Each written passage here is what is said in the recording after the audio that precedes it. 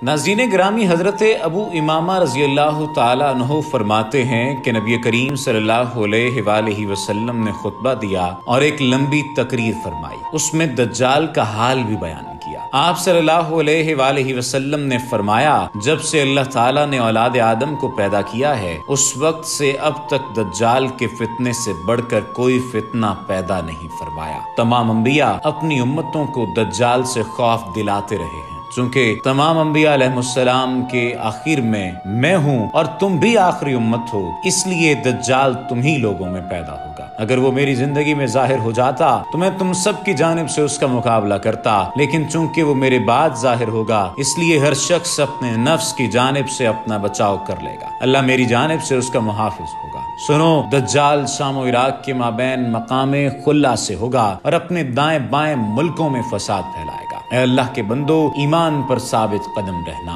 मैं तुमको उसकी वो हालत सुनाता हूँ जो मुझसे पहले किसी ने भी बयान नहीं की। पहले तो वो नबूवत का दावा करेगा, तो फिर कहेगा मैं खुदा हूँ। तुम मरने से पहले खुदा को नहीं देख सकते, फिर दज्जाल कैसे खुदा हुआ? उसके अलावा वो काना होगा, तुम्हारा रब काना नहीं। उसकी पेशानी पर काफिर यानी कुफ्र या काफिर लिखा होगा, जिसे हर मोमिन आलिम हो या जाहिल सब पढ़ लेंगे। हुजूर नबी करीम सल्लल्लाहु अलैहि वसल्लम ने फरमाया, बस जब दज्जाल वीराने पर से गुजरेगा तो उसे हुक्म देगा कि अपने खजाने निकाल, तो उसके खजाने उसकी ऐसे इत्तिबा करेंगे जैसे शहद की मक्खियां अपने सरदार के इत्तिबा करती हैं। दज्जाल यहूदियों की नस्ल से होगा जिसका कद ठिगना होगा, दोनों पांव टेढ़े होंगे, जिस्म पर बालों की भरमार होगी, रंग सुर्ख या गंदुमी होगा, सर के बाल हबशियों की तरह होंगे, नाक चूंच की तरह होगी, बाईं आंख से काना होगा, दाईं आंख में अंगूर के बकदर नाखुना होगा। दज्जाल की सवारी भी इतनी बड़ी होगी कि उसके दोनों कानों के दरमियानी फासला ही 40 गज का होगा। वो एक कदम में तहद्दे निगाह मुसाफत को तय कर लेगा। दज्जाल पक्का झूठा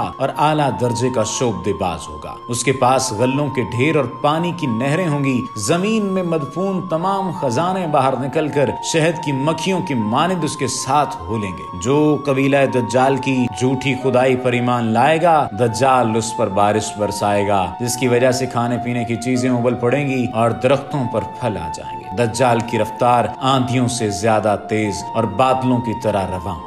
वो करिश्मों और शोबदाबाजियों को लेकर दुनिया के हर चप्पे को रोंदेगा। जमीन पर दज्जाल के शरो फसाद का जमाना 40 रोज तक रहेगा, जिनमें से एक दिन एक साल के बराबर, एक दिन एक महीने के बराबर, एक दिन एक हफ्ते के बराबर और बाकी दिन आम दिनों के बराबर।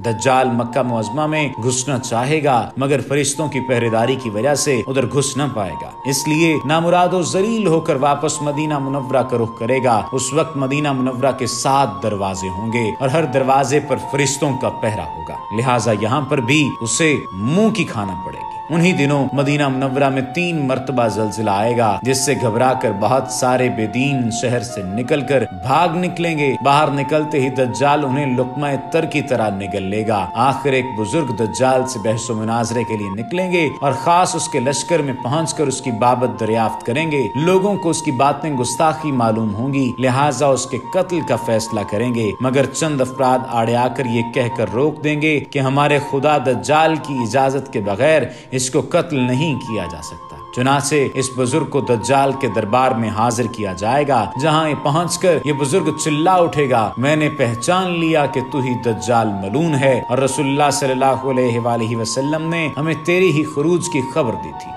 दज्जाल इस खबर को सुनते ही आपे से बाहर हो जाएगा और उस मुसलमान को कत्ल करने का फैसला करेगा। दरबारी फौरन उस बुजुर्ग के 2 टुकड़े कर देंगे। दज्जाल उन 2 टुकड़ों के बीच में से गुजरेगा और अपने हवारियों में से कहेगा, अब अगर मैं इसको दोबारा जिंदा कर दूं तो क्या तुम्हें मेरी खुदाई का पुख्ता यकीन हो जाएगा? ये दज्जाली ग्रुप कहेगा, हम तो पहले ही से आपको खुदा मानते हुए आ रहे हैं, अलबत्ता इस मौजज़े से हमारे यकीन में और इजाफा हो जाएगा। दज्जाल उस बुजुर्ग के दोनों टुकड़ों को इकट्ठा करके जिंदा करने की कोशिश करेगा। उधर वो बुजुर्ग बवजह हुक्म इलाही खड़े हो जाएंगे और कहेंगे, अब तो मुझे और ज्यादा यकीन आ गया है कि तू ही दज्जाल मलऊन है। वो झुंझुलाकर दोबारा उन्हें ज़िबाह करना चाहेगा, लेकिन अब उसकी कुव्वत सल्ब कर ली जाएगी। दज्जाल शर्मिंदा होकर उन्हें अपनी जहन्नुम में झोंक देगा, लेकिन ये आग उनके लिए ठंडी और गुलजार बन जाएगी। उसके बाद वो शाम का रुख करेगा, लेकिन दमिश्क पहुंचने से पहले ही हजरत इमाम महदी वहां आ चुके होंगे और जंग की तैयारियों में मसरूफ।